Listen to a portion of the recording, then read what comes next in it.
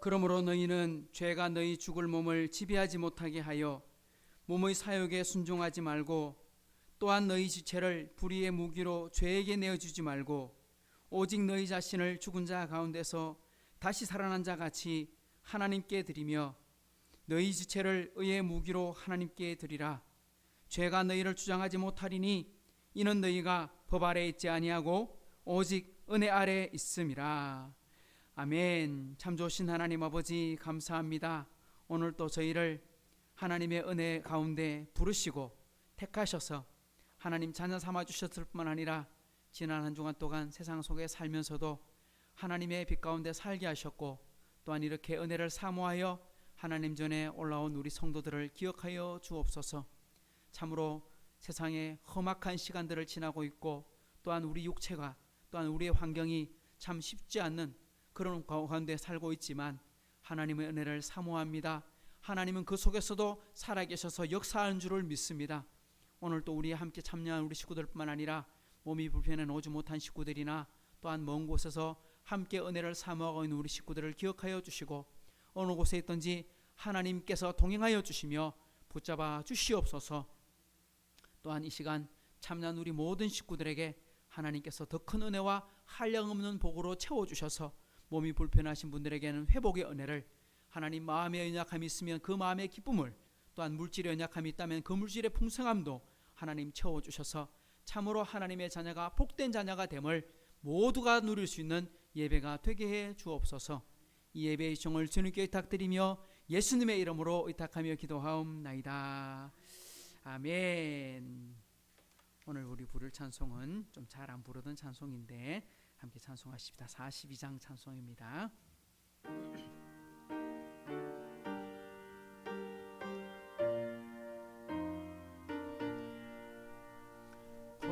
거룩한 주님께 예배를 드리네.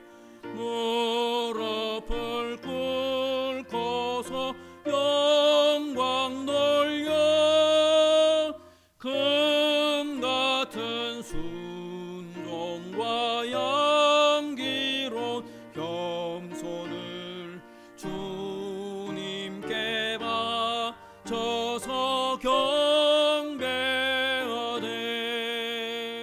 주 앞에 삼가서 겸손히 행하면 무릇을 언제나 돌보시네. 말씀엔 위로와 기도의 응답을 내 갈 길 다르게 인도하리. 주 앞에 설 때에 두려워 말아라. 가난한 우리를 도우시리. 보배로운 진리와 온유한 사랑을 주님께 다 바칠 귀한 예물, 떨면서 바치는 이 작은 예물도 주님은 귀하게 받으시리. 어두운 밤 지나고 새 아침 맞으니 믿음과 소망을 늘 주시리.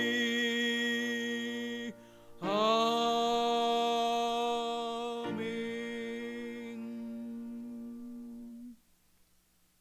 오늘 함께 나눌 교동문의 말씀은 시편 19번입니다.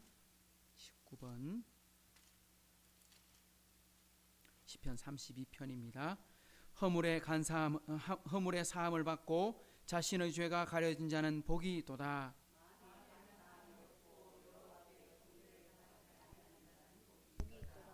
내가 입을 열지 아니할 때에 종일 신음함으로 내 뼈가 쇠하였나이다. 주의 손이 주야로 나를 누르시오니 내 진액이 빠져서 여름 가뭄에 마름같이 되었나이다. 주께 내 죄를 아뢰고 내 죄악을 숨기지 아니하였더니 곧 주께서 내 죄악을 사하셨나이다. 이로 말미암아 모든 경건한 자는 주를 만날 기회를 얻어서 주께 기도할지라. 진실로 홍수가 범람할지라도 그에게 미치지 못하리이다.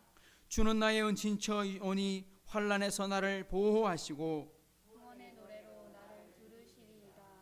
너희 의인들아 여호와를 기뻐하며 즐거워할지어다. 마음이 정직한 너희들아 다 즐거이 외칠지어다. 아멘. 전능하사 천지를 만드신 하나님 아버지를 내가 믿사오며 그 외아들 우리 주 예수 그리스도를 믿사오니 이는 성령으로 잉태하사 동정녀 마리아에게 나시고 본디오 빌라도에게 고난을 받으사 십자가에 못 박혀 죽으시고 장사한 지 사흘 만에 죽은 자 가운데서 다시 살아나시며 하늘에 오르사 전능하신 하나님 우편 앉아 계시다가 저리로서 산 자와 죽은 자를 심판하러 오시리라. 성령을 믿사오며 거룩한 공예와 성도가 서로 교통하는 것과 죄를 사하여 주시는 것과 몸이 다시 사는 것과 영원히 사는 것을 믿사옵나이다. 아멘. 우리 자리에 앉으셔서 찬송가 391장 찬송합니다.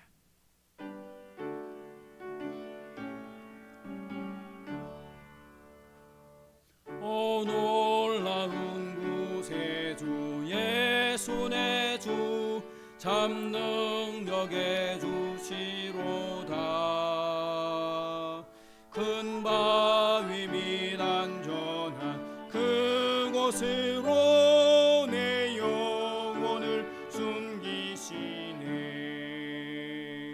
메마른 땅을 종일 걸어가도 나 피곤치 아니하며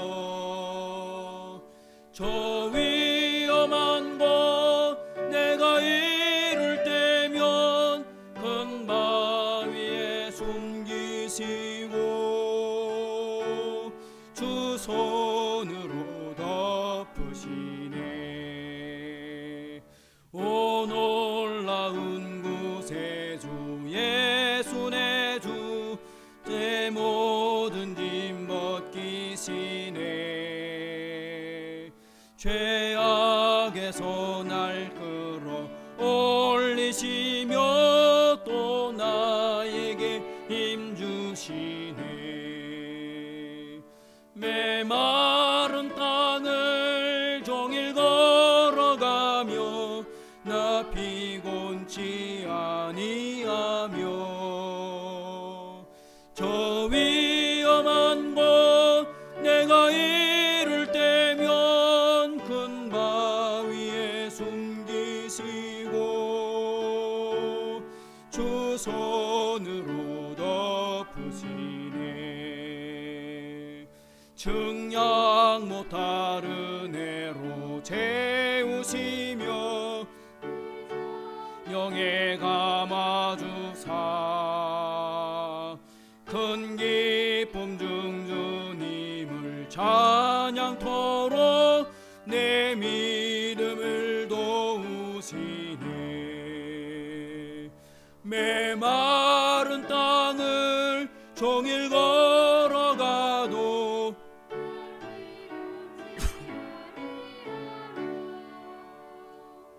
저 위험한 곳 내가 이를 때면 큰 바위에 숨기시고 주 손으로 덮으시네. 주 예수님 공중에 임하실 때 나 일어나 맞이하리. 그 구원의 은총을 노래하리. 저 전군과 천사 함께 메마른 땅을 종일 걸어가도 나 피곤치 아니하며 저 위험한 곳 내가 이를 때면 큰 바위에 숨기시고 주 손으로 덮으시네.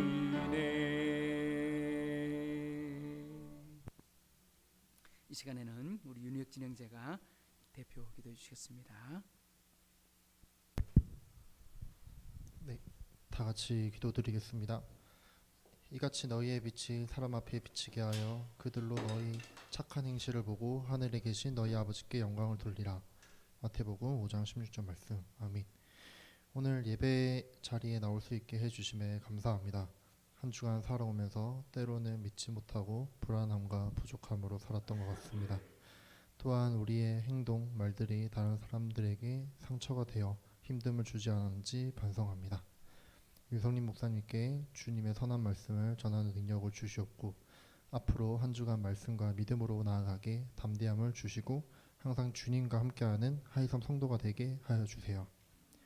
또한 코로나19 이외에도 홍수나 많은 기상 현상으로 많은 세계가 고통받고 있습니다. 이 모든 것들 주님이 위로하여 주시옵고 부족하고 나약하지만 항상 주님과 함께 호흡하고 생활하고 싶습니다. 호흡하고 생활하는 하이섬 성도가 되길 원하옵고 각자의 자리에서 그리스도 향기를 퍼뜨릴 수 있는 제자가 될 수 있도록 주님의 이름으로 기도드렸습니다. 아멘.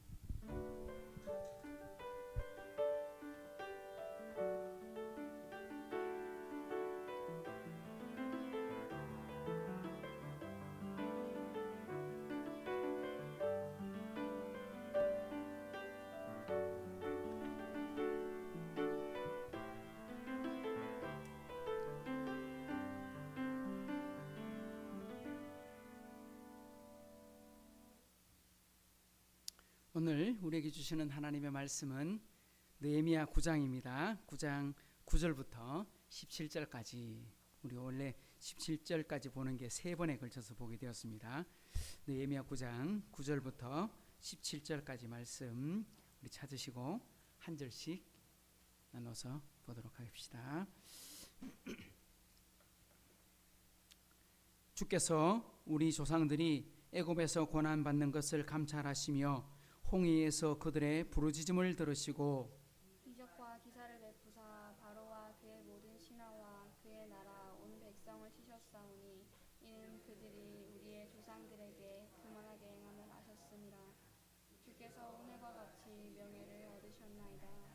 또 주께서 우리 조상들 앞에서 바다를 갈라지게 하사 그들이 바다 가운데를 육지같이 통과하게 하시고 쫓아오던 자들을 돌을 큰 물에 던짐같이 깊은 물에 던지시고 낮에는 구름 기둥으로 인도하시고 밤에는 불 기둥으로 그들이 행할 길을 그들에게 비추셨사오며 또 신의 산에 강림하시고 하늘에서부터 그들과 말씀하사 정직한 규례와 진정한 율법과 선한 율례와 계명을 그들에게 주시고 거룩한 안식일을 그들에게 알리시며 주의 종 모세를 통하여 계명과 율례와 율법을 그들에게 명령하시고 그들의 굶주림 때문에 그들에게 양식을 주시며 그들의 목마름 때문에 그들에게 반석에서 물을 내시고 또 주께서 옛적에 손을 들어 맹세하시고 주겠다고 하신 땅을 들어가서 차지하라 말씀하셨사오나 그들과 우리 조상들이 교만하고 목을 굳게 하여 주의 명령을 듣지 아니하고 같이요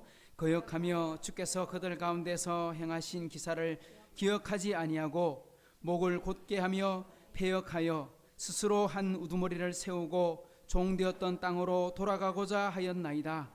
그러나 주께서는 용서하시는 하나님이시라 은혜로우시며 긍휼히 여기시며 더디 노하시며 인자가 풍부하심으로 그들을 버리지 아니하셨나이다. 아멘. 아멘. 이 말씀을 함께 은혜 받으시기를 원하고요. 먼저 우리 교회 소식 몇 가지만 말씀을 드리겠습니다. 우리 코로나19 확산으로 내려졌던 교회에 내려졌던 방역 지침이 지난주 중으로 해제가 되었습니다. 그래서 오늘은 우리 오전 예배를 드리고 점심 식사하고 오후 예배는 우리 8월 달부터 시작을 하도록 하겠습니다. 아마 오전 예배 드리고도 바쁘게 이동을 해야 되거나 오늘 또 직장 일 때문에 참석하지 못하는 우리 성도님 있고요. 또 몸이 좀 불편해서 나오지 못한 우리 지훈 자매가 있습니다. 아마 인터넷으로 같이 예배 드린다 했으니까요. 지금 보고 있을 것 같습니다. 우리 기도할 때 함께 기도해 주시면 좋겠고, 우리 정미양 성도님께서는 지금 영주에 직장에 출장으로 그곳에 가서 인솔자로 지금 가 있어서 오늘 참석하지 못하게 되었습니다. 함께 기도해 주셔서 돌아올 때까지 무사히, 지금 난리 아닙니까, 그죠? 지금 도로도 막 끊기고 막 어려운 상황 속에 놓여 있는데 우리 잘 올 수 있도록 기도해 주시고요. 정부 방침에 따라서 우리 뒤에 우리 온도 측정하는 거 꼭 함께 해주시고, 소독해 주시고, 그리고 마스크도 착용해 주시고, 그리고 전자 명부 등록하는 것 제가 지난주에 안내를 해드렸는데 오늘 예배 마치고 조금 제가 앞에 있는 동안 하지 못했던 거 여러분들과 함께 나누도록 하겠습니다. 그렇게 해주시면 좋겠고요. 생활 속 거리 두기 위해서 마스크 뒤에 준비되어 있으니까 필요하신 대로 따로 구입하지 마시고 가져가셔서 사용해 주시면 되겠습니다. 그리고 저는 화요일날 북한 선교회 화요기도 모임 인도하고 그렇게 돌아오도록 하겠습니다. 하나님 앞에 먼저 예물 드리고 말씀 보겠습니다.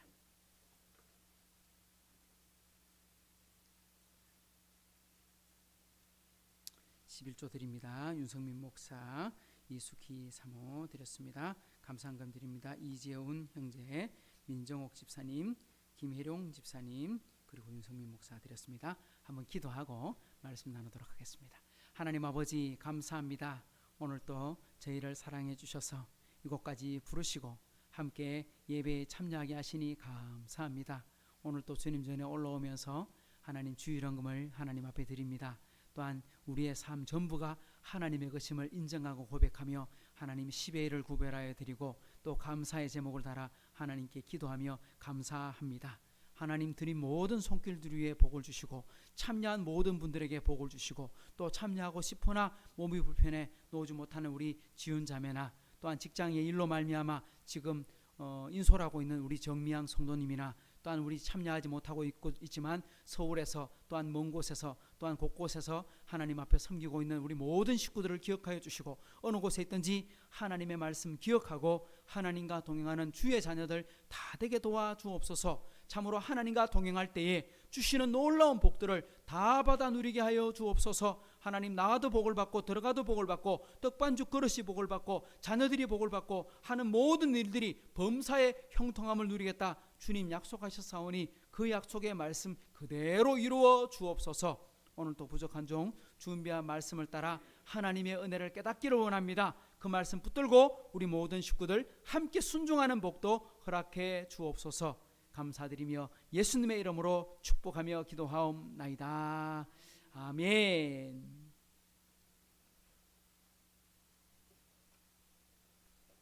할렐루야. 오늘 우리 집사님 몇 주 만입니까? 우리 박수 한번 합시다. 아이고 반갑습니다. 그죠? 우리 함께 계속 기도하고 했는데 우리 오늘 집사님, 우리 연숙 집사님 나와 주셨어요. 어떤 목사님 보니까 기도에 인도하면서 그 신청곡 봤습니다. 찬양하고 그 채팅에 글로로 다 읽어가면서 무슨 그 유튜브 방송하듯이 그렇게 그 예배 인도하시는 목사님도 있더라고요. 그런 생각을 하는데 우리 아마 지훈자매 지금 보고 있는지 모르겠습니다. 우리 함께 빨리 회복되기를 함께 또 기도하겠습니다.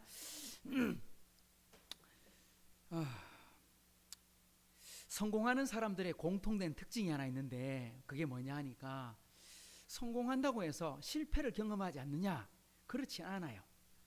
성공한 사람의 대부분은 큰 실패도 함께 경험해요. 그런데 성공하고 실패하는 사람의 차이점이 뭐냐니까 실패하는 사람은 계속 실패만 경험하고 성공하는 사람은 실패를 통해서 성공으로 나아가는 길을 알게 되는 거죠. 우리 알고 있는 에디슨 같은 사람은 전구 하나 발명할 때 우리가 알고 있는 지금 우리 쓰고 있는 전구 전부 다 에디슨으로부터 시작된 거잖아요. 그 사람이 수천 번을 실험했는데 실패를 했거든요. 한 1000번 넘게 실패했을 때 친구가 이야기했대요. 이제 포기해라. 1000번 실패했으면 안 됐나? 이러니까 그 친구 에디슨이 이렇게 말을 했대요. 나는 1000번 실패한 게 아니라 1000번 안 되는 방법을 찾았을 뿐이야. 되는 방법 찾으면 돼. 끝까지 도전했다는 거죠. 그리고 에디슨이 이런 말을 했습니다. 삶의 실패자들은 그들의 포기했을 때 그들이 성공에 얼마나 가까웠는지를 모르고 있다. 그러니까 지금 실패가 아니라 한 걸음 한 걸음 더 나아가고 있는 거다. 우리가 잠시 자빠질 수도 있고 어려움을 통할 수 있지만 그게 그때 포기해버리면 그걸로 끝나는 거예요. 아니, 나는 포기하지 않을 거야. 다시 한번 도전할 거야. 그러면 그게 성공으로 가는 한 걸음의 지름길이 된다는 거죠. 그것처럼 우리 성도들도 실패하고 성공할 수 있습니다. 그죠? 실패하는 성도, 실패하는 하나님의 백성들이 왜 실패할까요? 성경을 읽어보면 공통적인 특징이 하나 있어요. 왜 실패하느냐? 왜 이스라엘 민족이 실패했느냐? 그건요, 하나님의 말씀을 잊어버리면 실패해요. 사사기도 그렇죠? 하나님이 하신 일들을 잊어버린 자녀들, 하나님이 하신 일들을 전해주지 않은 백성들 실패했어요. 이스라엘 민족도 가나안 땅에 들어갔는데 그들도 하나님의 약속을 잊어버리니까 실패했어요. 아주 신실한 믿음을 가진 사람들도 하나님의 말씀을 깜빡 잊어버릴 때 실패하고 시험에 빠지는 경우를 볼 수 있어요. 자, 반대로 말하면 하나님의 백성이 성공하려면 어떻게 하면 됩니까? 하나님의 말씀을 기억하면 됩니다. 하나님의 말씀으로 돌아오면 됩니다. 우리 느헤미야 9장을 통해서 보게 되는 게 이겁니다. 이제 예루살렘 성전도 다 지었고요, 성벽도 완공했고요, 이제 살만한 집들도 이루어져 가고 있습니다. 이제 채워야 될 게 있는데 뭘 채워야 되느냐? 집에 먹을 것, 마실 것, 뭐 이런 재물을 채우는 게 아니라 뭐부터 채워야 되느냐? 우리 마음을 채워야 되는데 마음을 뭘로 채우느냐? 느헤미야는 그곳에 하나님의 말씀을 채우자 하고 말하고 있는 거예요. 우리 9장에 보면 하나님의 은혜를 사모해라, 회복을 사모해라, 부흥을 사모해라 하고 말씀을 했는데 그때 말씀을 통해서 우리가 발견하게 된 건 뭡니까? 하나님의 말씀으로 돌아가자. 그래서 절기를 다 지켰어요.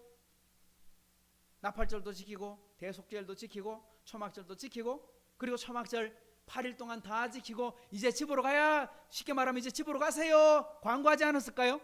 아마 제사장이 모든 예배가 끝이 나고 난 다음에 이제 다 돌아가셔서 열심히 우리 하나님을 위해 삽시다 이랬을 텐데 백성들이 돌아가지 않고 29날에 다시 한번 모여서 큰 집회를 열고 하나님께 낮 4분의 1은 기도하고 낮 4분의 1은 성경을 보고 또 그리고 남은 시간은 찬송하며 회개하며 기도했는데 그들이 말씀을 읽으면서 하나님의 은혜를 다시 한번 회복했다.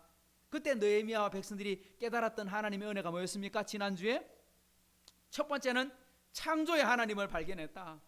창조란 뜻이 뭐라 그랬습니까? 창조를 통해서 발견할 수 있는 건 질서를 회복하는 거다. 뭘 회복하는 거다?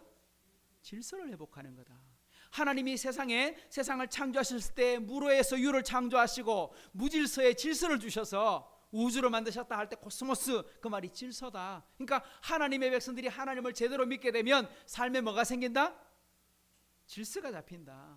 무질서한 삶을 살다가 하나님을 믿고 예수님을 믿게 되면 인생의 목적이 바로 나타나게 되고 그리고 내가 어떻게 살아야 하는지 분명한 목적이 생기게 되고 그리고 바른 길을 가게 되니까 사람이 바른 인생을 살게 되는 거죠.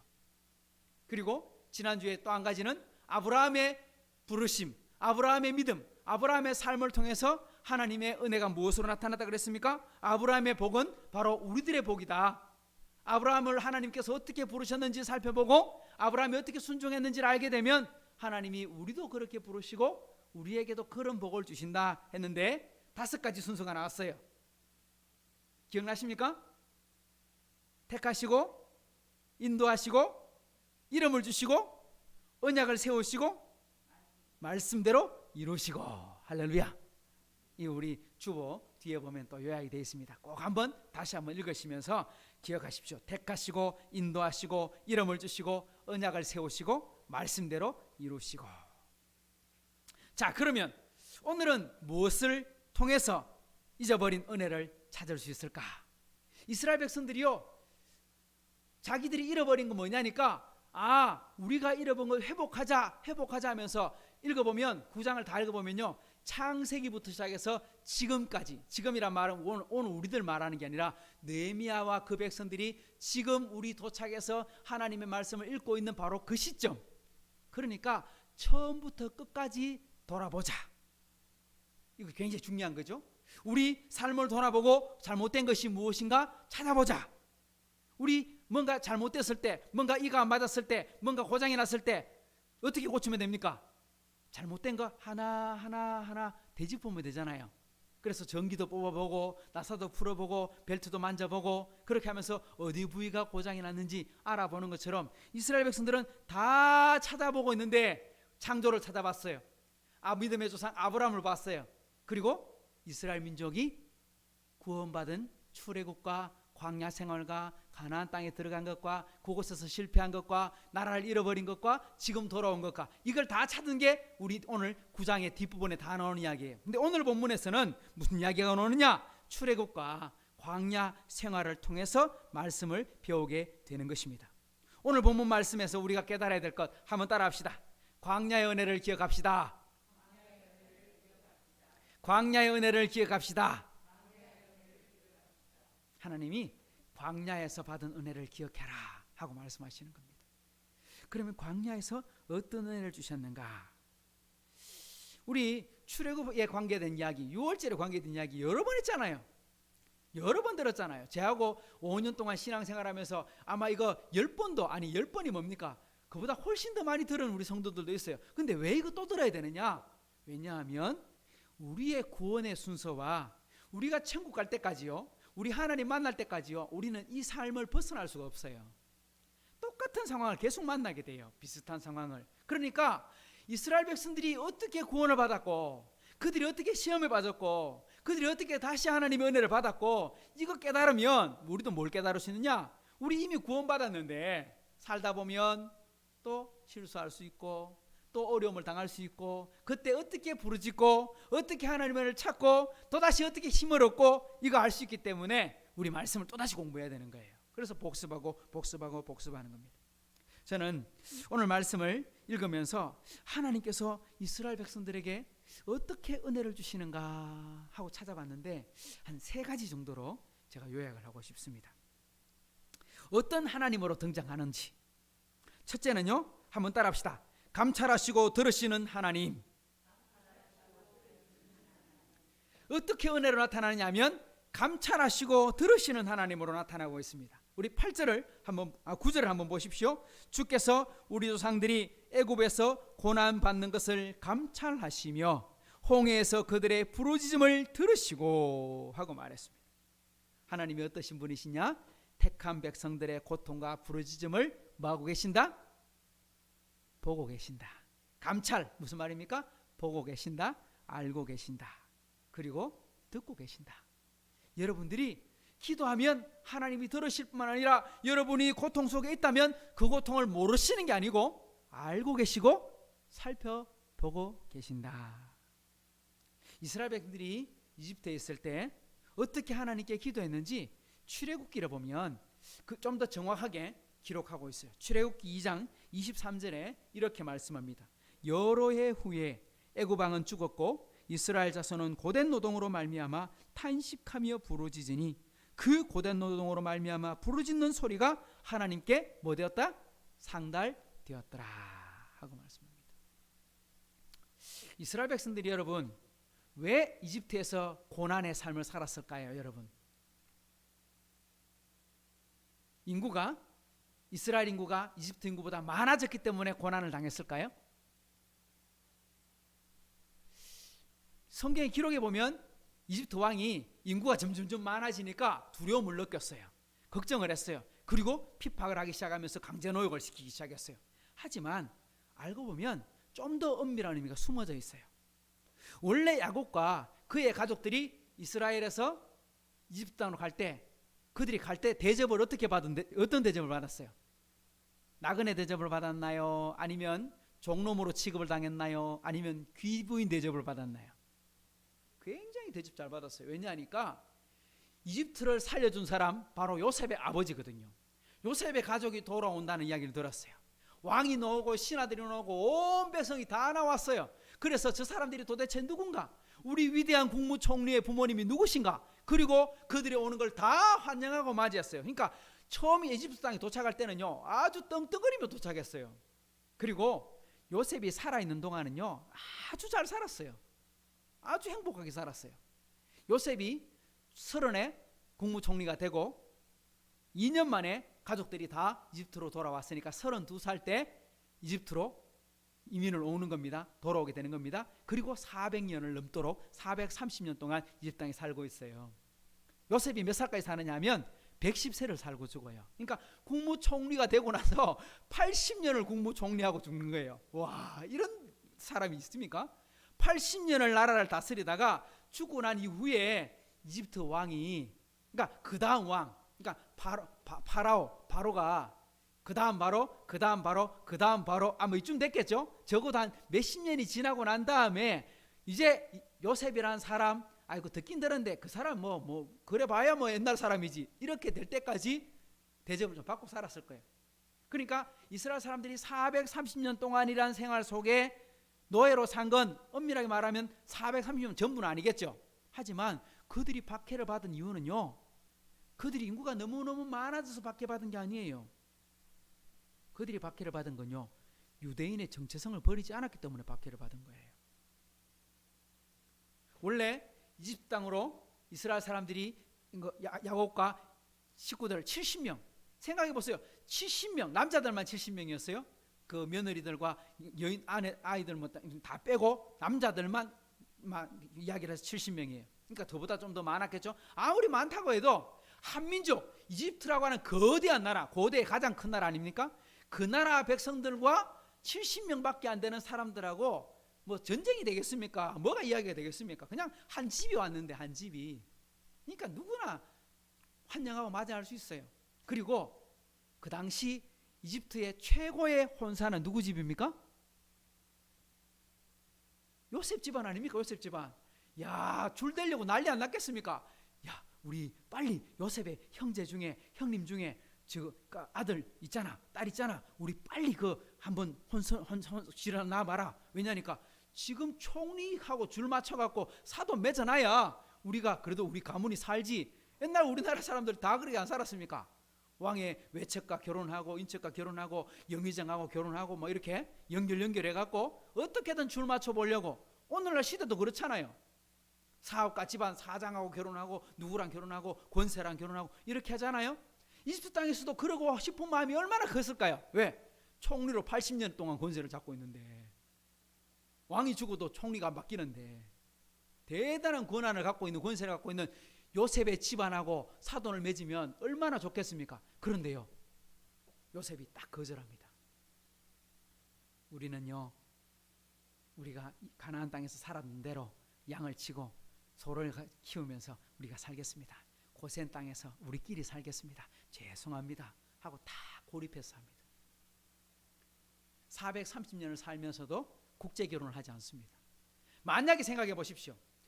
요셉의 가문이 이집트 땅에 들어가서 국무총리하고 내무부 장관하고 결혼하고, 그죠? 외무부 장관하고 결혼하고 재정부 차관하고 결혼하고 그렇게 사돈을 맺고 막 섞이면, 피가 섞이면 이스라엘계, 유태계, 이집트인 이렇게 말이 나오지 않겠습니까? 그죠? 한국계, 아메리카인 뭐 섞여버리면 다 수십 년 지나고 나면 누군지 알 수 없잖아요. 우리나라 사람들도 저 러시아에 가 살거나 중국에 가 살면 한국말 다 잊어버리고 중국인 돼버리고 또 러시아인 돼버리잖아요. 그렇게 돼버린다고요. 그런데 이스라엘 사람들은, 특히 오늘 약속의 백성들은요, 그 피를 섞지 않아요. 다르게 말하면 자신들의 정체성을 벗어나지 않아요. 결국은 어떻게 됩니까? 400년을 살지만 이집트인은 이집트인이고 유대인은 유대인이에요. 결국은 그 일로 말미암아 박해가 시작되는 거예요. 그들이 만약 섞여서 같은 이집트인이 됐다면 피해 안 줬을 거예요. 다른 말, 이건 무슨 말이냐? 오늘 우리들과 똑같다는 거예요. 우리가 사회생활하면서 예수님을 믿어도 대충 믿으면 여러분 피박 없을 수 있어요. 제대로 믿으려고 하니까 어려운 거죠. 우리가 이 땅을 살지만 하나님의 자녀의 정체성을 버리지 않으면 우리는 좁은 길을 가야 될 수도 있어요. 예수님이 말씀하신 것처럼 좁은 길로 들어가라.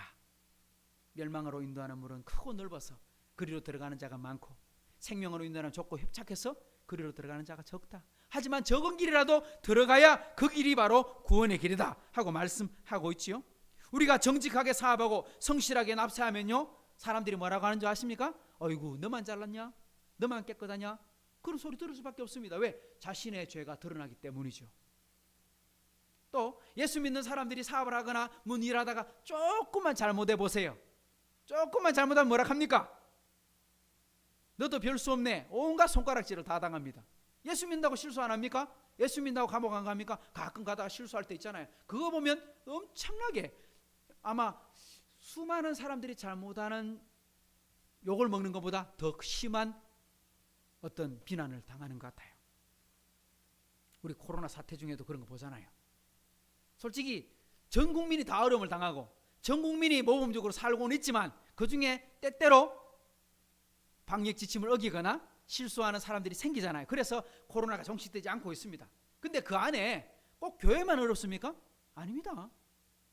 뭐 음식점, 약국, 아니면 술집, 아니면 어느 곳이든지 지금 감염 사례가 나타나지 않는 곳이 없어요. 많은 곳이 나타나고 있어요. 그런데 꼭 집어갖고 교회하고 집어가지고 뭐 예를 들면 식사하지 마세요, 소그룹 모임하지 마세요. 왜 그러십니까? 좀 속이 상합니다. 하지만 그럼에도 불구하고 그게 우리의 마음이 더 아픈 거죠. 그래도 우리는 본이 돼야 된다, 이런 마음이 든 것입니다. 중요한 건 이겁니다. 하나님은 택한 백성들의 고난당하심을 감찰하고 계신다는 겁니다. 할렐루야. 내가 지금 다 겪고 있는 고난과 어려움, 문제들이 있습니다. 그런데 그 어려움을 하나님이 알고 계신다는 겁니다. 부르짐을 듣고 계신다, 기억하고 계신다는 겁니다. 그 부르짐을 듣고 계시는데 9절에 보십시오. 어디서 듣고 계신다고 되어 있습니까? 어디서? 홍해에서 들으시고, 홍해에서 부르짖음을 들으시고. 이 굉장히 중요한 표현이에요. 왜냐? 하나님이 출애굽을 해서 이스라엘 백성들을 데리고 나오셨어요. 그리고 이스라엘 백성들을 탈출시키셔서 가나안 땅으로 보내시는 거예요. 여러분, 이스라엘하고 이집트는요, 떨어져 있는 나라가 아니에요. 붙어 있는 나라예요. 국경이 맞대어져 있어요. 이스라엘에서 남쪽으로 내려가면요, 내려가기만 하면 바로 이집트가 나와요. 이집트에서 북쪽으로 올라가기만 하면 이스라엘 땅이 나와, 가나안 땅이 나와요. 그러니까 그 길 따라서, 해변길을 따라서 가기만 하면 한 2주만 걸어가면 어디가 나와요? 가나안 땅이 나와요. 근데 하나님이 출애굽을 한 이스라엘 백성들을 북쪽으로 안 데리시고 어디로 데리고 가느냐? 홍해 길로 데리고 나가세요. 광야로 데리고 가세요. 쉽게 말하면 남쪽 길로 돌아서 나가게 하세요. 그리고는 해변가 홍해 바다 앞에 이스라엘 백성들을 모아놓으세요. 뒤에는 뒤늦게 따라오는 이집트의 군대가 따라옵니다. 앞에는 홍해 바다가 준비되어 있습니다. 피할 길이 없습니다. 뒤에는 군대요, 앞에는 바다입니다. 이때 우리가 어떻게 해야 될까 하고 말씀하는 겁니다. 이때 이스라엘 백성들이 부르짖었습니다. 하나님의 말씀대로 순종했습니다. 그런데 형통이 아니라 고통이 펼쳐졌네요. 이때 어떻게 해야 될까요? 우리가 기억해야 될 것은 바로 이것입니다. 하나님이 가라고 했는 대로 갔습니다. 하나님이 하라고 하는 대로 순종했습니다. 그런데 아무런 문제도 없고 형통한 길만 열렸습니까? 아니요. 홍해 바다가 기다리고 있었습니다. 왜 순종하고 사는데, 말씀대로 사는데 어려움이 있습니까? 왜 하나님은 우리에게 역경을 주십니까? 하나님이 왜 우리에게 고난이란 어려움을 통과하게 하실까요? 왜 우리에게 역경이란 것을 우리 앞에 돌뿌리처럼 남겨놓으실까요? 이유가 뭘까요? 왜 그런 일들을 주실까요? 그건요, 하나님의 능력을 맛보라고 주시는 거예요. 할렐루야. 하나님의 능력을 맛보라고요. 하나님이 하시는 일들을 체험하라고요. 우리 하나님을 믿는데 하나님이 어떤 분이신가 체험하지 못하면 그 믿음이 자라지 않잖아요. 그런데 진짜 기도하지 않고는 감당할 수 없을 때 하나님께서 능력을 주셔서 하나님이 그 일을 통해서 기적을 맛보게 하시는 겁니다. 오늘 또 그것을 가르쳐주고 있는 거죠. 우리가 역경을 만나면 그 어려움을 통해서 보여주실 은혜가 무엇입니까? 이거 기도하라는 거예요. 이스라엘 백성들이 그 앞에서 부르짖었을 때 하나님이 홍해를 가르시고 순종하는 백성에게 구원을 주시고 시험하는 이집트 군대에는요, 심판을 내리셨어요. 성도 여러분, 하나님이 어떤 은혜를 주신다? 감찰하시고 들으시는 하나님의 은혜를 주시는 분이십니다. 우리의 고난을 모르시거나 능력이 없는 분이 아니라 다 알고 계시고 다 보고 계시고 다 듣고 계시는 분이심을 믿으시기 바랍니다.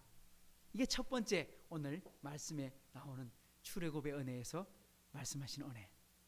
두 번째 은혜는 뭐냐? 이것도 따라합시다. 인도하시고 돌보시는 하나님의 은혜. 하나님이 출애굽을 통해서 어떤 은혜를 주셨느냐? 인도하시고 이스라엘 백성들을 지켜주셨어요. 돌보시는 은혜를 주셨어요. 오늘 12절을 보십시오. 낮에는 구름 기둥으로 인도하시고 밤에는 불 기둥으로 그들이 행할 길을 그들에게 비추셨사오며. 야, 구름 기둥과 불 기둥, 이건 기적입니다. 기적. 구름 기둥과 불 기둥으로 인도해 주셨다. 여러분, 광야는요 거의 재난 수준입니다. 우리 지금 재난을 당하고 있습니다. 코로나의 재난, 홍수의 재난, 또 이제 홍수 끝나고 나면 이제 폭염의 재난이 이제 곧 올 겁니다. 큰 어려움이 옵니다. 근데 우리가 당하는 폭염은요, 이스라엘 사람들이 광야에서 만난 폭염과는 비교할 수 없는 폭염이죠. 왜냐? 그 폭염은요, 보통 온도가 낮에는 50도 그렇게 올라가는 곳이거든요. 이스라엘 광야를 여행을 할 때 모자를 쓰지 않고 밖에 나가면요, 20분 안에 일사병으로 죽어요. 그냥 아무 준비 없이 나가면요, 그냥 쓰러져 버리는 거예요. 20분만 밖에 있으면 햇볕에 사람이 일사병 걸려서 쓰러져 버리는 거예요. 그 정도로 고통이 심한 곳이에요. 그런데 하나님 뭘 쳐주셨다? 구름 기둥으로 그걸 막아주셨다. 와, 우리나라도 이런 거 보지 않습니까? 우리 그 대구 시내 그 교차로마다 교차로에 가보면 뭐가 있습니까? 하양이는 없지. 우리 교차로에 가보면 우리 큰 파라솔을 이거 쳐가지고 여름에, 야, 우리나라 참 돈이 많은 것 같아요, 그죠? 우리 도로에다 파라솔 쳐갖고 안 가봤어요?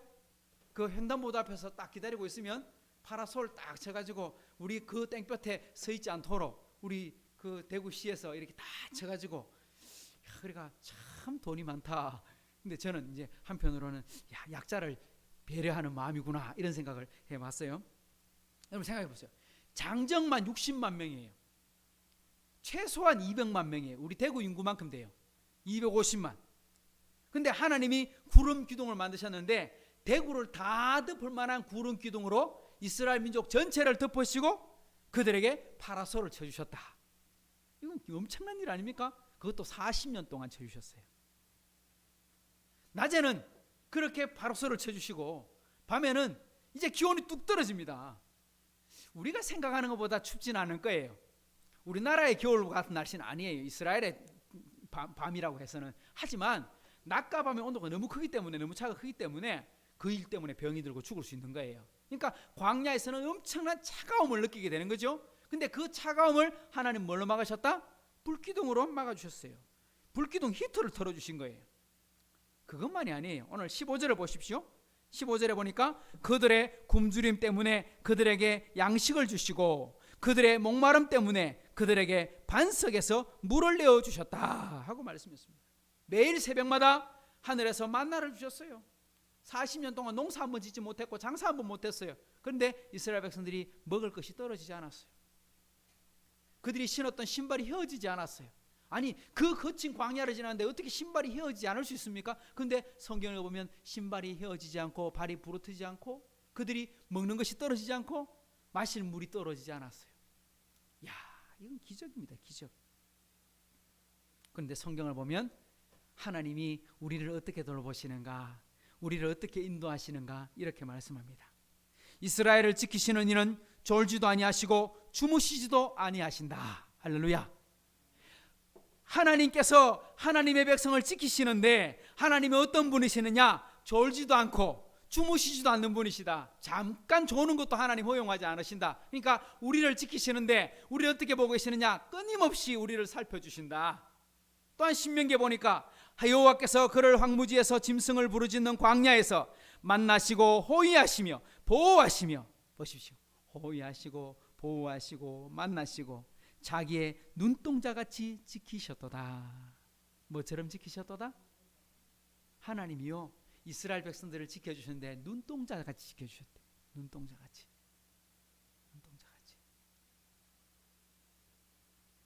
제가 우리 밭에서 막 일을 하고 있었는데 갑자기 이렇게 열매를 따다가 뭐가 훅 떨어졌어요.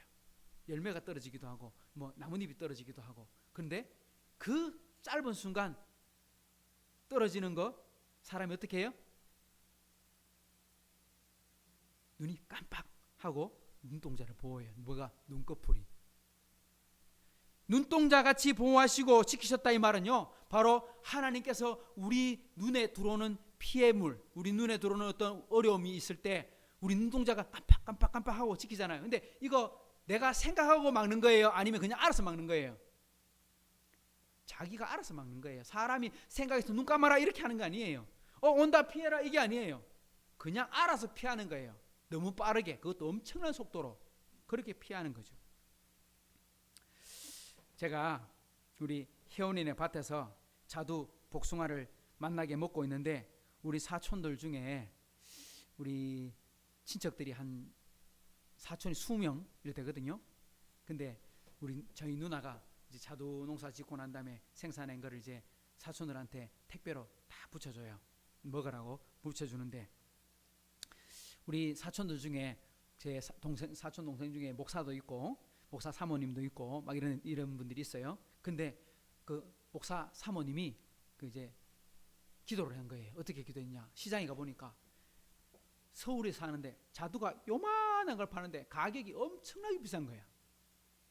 그래서 먹고 싶긴 싶은데 저걸 살려니 돈이 너무 아깝고 돈도 없고, 그러니까 아이고 먹고 싶은데 못 먹겠고, 그래서 하나님 자두 좀 먹게 해주세요 하고 그날 이제 결국은 못 사고 집을까 말까 하다 결국은 못 사고 이제 집에 가고 하나님 자두 좀 먹게 해주세요 하고 기도를 했는데 그 다음 날 뭐가 왔어요?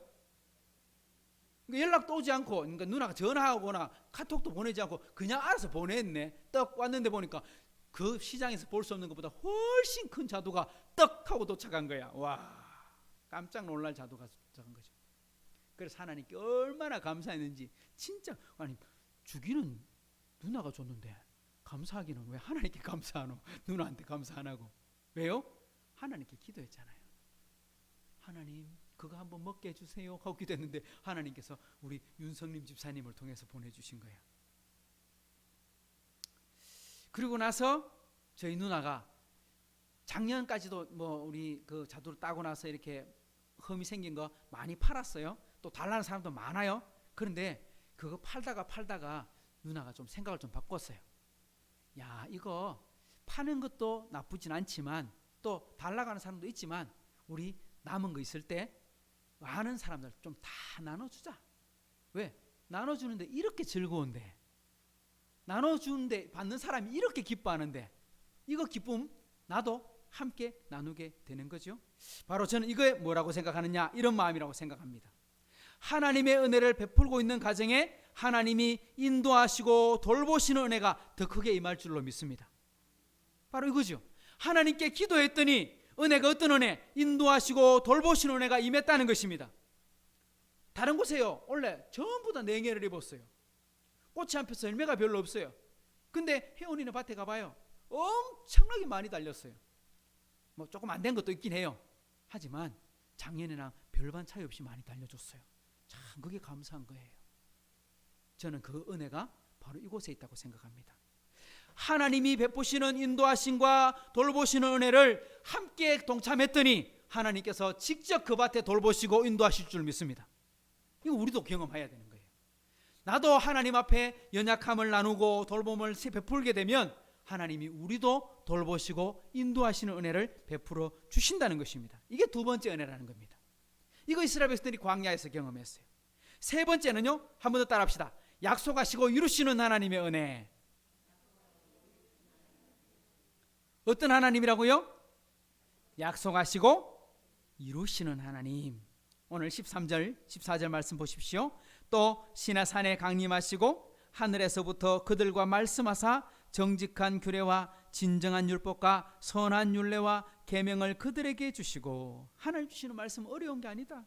정직하고 진정하고 선하고 좋은 것, 그런 것을 하나님이 주셨다. 거룩한 안식일을 그들에게 알리시며 쉬라고 주셨다. 주의 종 모세를 통하여 계명과 율례와 율법을 그들에게 명령하시고. 그들이 광야에 들어가서 시내산에 도착합니다. 1년을 그곳에서 살면서요, 하나님의 뭘 받느냐? 쉽게 말하면 그 사람들이 살 수 있는 법률을 받습니다. 법률, 하나님의 법률. 성경의 표현대로 하면요, 언약을 맺으셨다 하고 말씀합니다. 이스라엘 백성들이 출애굽을 하게 되는 것도 하나님의 언약 때문입니다. 이스라엘 백성들이 가나안 땅에 들어가는 것도 하나님의 언약 때문입니다. 출애굽을 할 때 이스라엘 사람들이 부르짖을 때 왜 하나님 들어주셨느냐? 출애굽 2장에 보면 이렇게 말씀합니다. 하나님이 그들의 고통 소리를 들으시고, 우리 23절에도 들으시고 했잖아요. 근데 왜 들으셨느냐? 하나님이 아브라함과 이삭과 야곱에게 세우신 그 언약을 기억하셨기 때문이다. 언약을 하셨으면 반드시 지키시는 분이시다. 하나님이 이스라엘 자손을 돌보셨고 하나님이 그들을 기억하셨기 때문이다 라고 말씀합니다. 하나님이 아브라함하고 이삭하고 야곱하고 약속을 맺으셨는데 그거 기억하셨기 때문에 그들의 부르짖음을 들어주시는 거예요. 약속 때문에. 가나안 땅에 들어가게 하시는 것도 아브라함과 맺은 약속 때문입니다. 오늘 본문 앞에 8절에 우리가 보면 이런 말씀이 나옵니다. 그의 마음이 주 앞에서 충성됨을 보시고, 그는 누구냐? 아브라함입니다.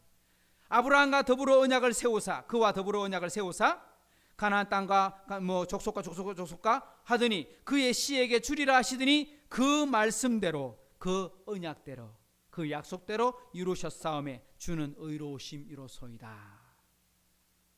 하나님은요, 언약의 하나님, 약속하시고 반드시 지키시는 하나님이신 줄 믿습니다. 여러분, 약속은 혼자 하는 게 아니잖아요. 약속은 누구랑 하는 거예요? 상대방이 있잖아요.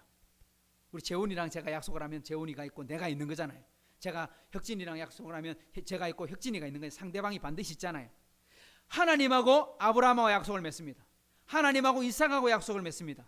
하나님하고 이스라엘 민족하고 약속을 맺습니다. 하나님과 우리가 약속을 맺는 겁니다.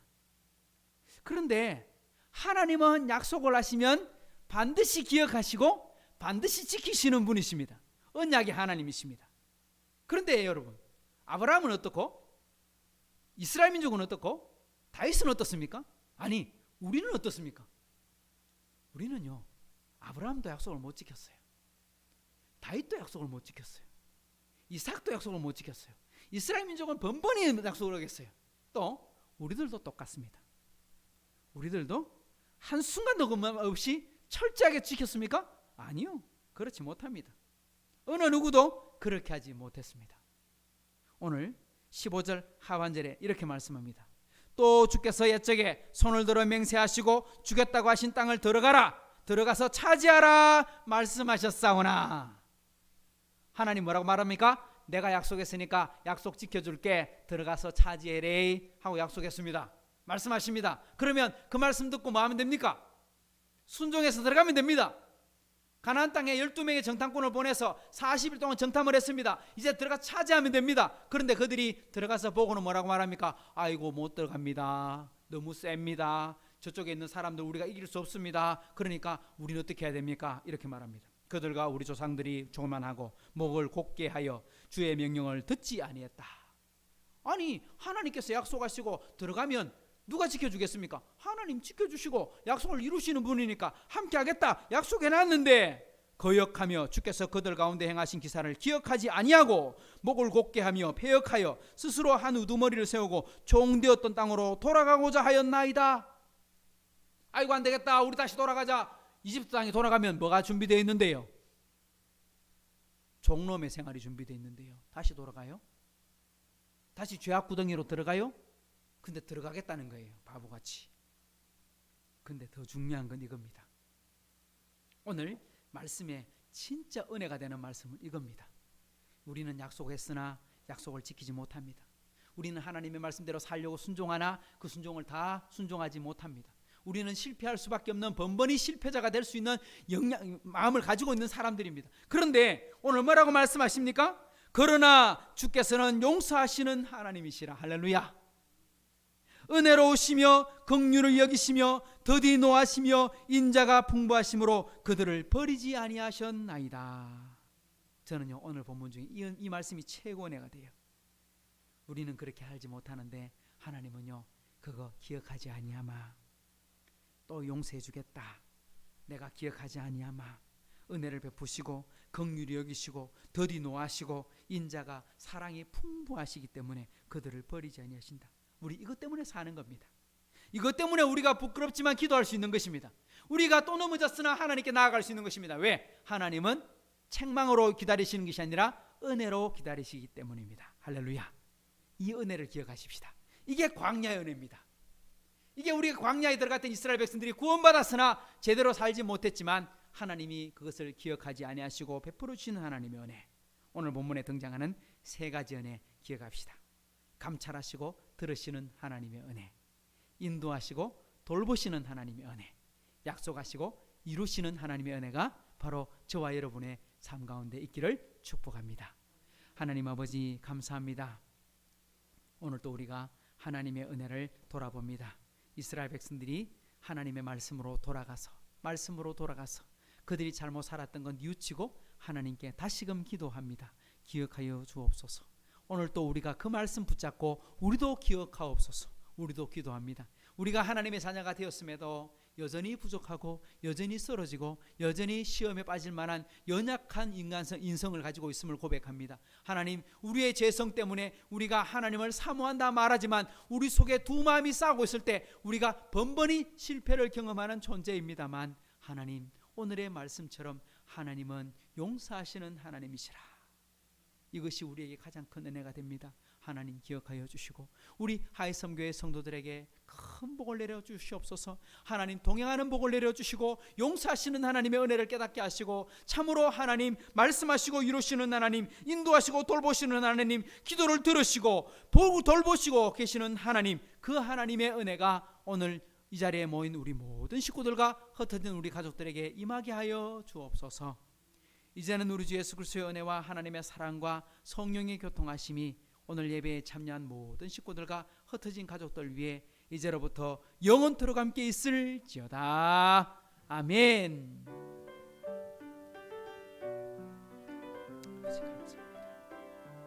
이런 부분을 해주시고 채워주셔서 영광 받아 주옵소서.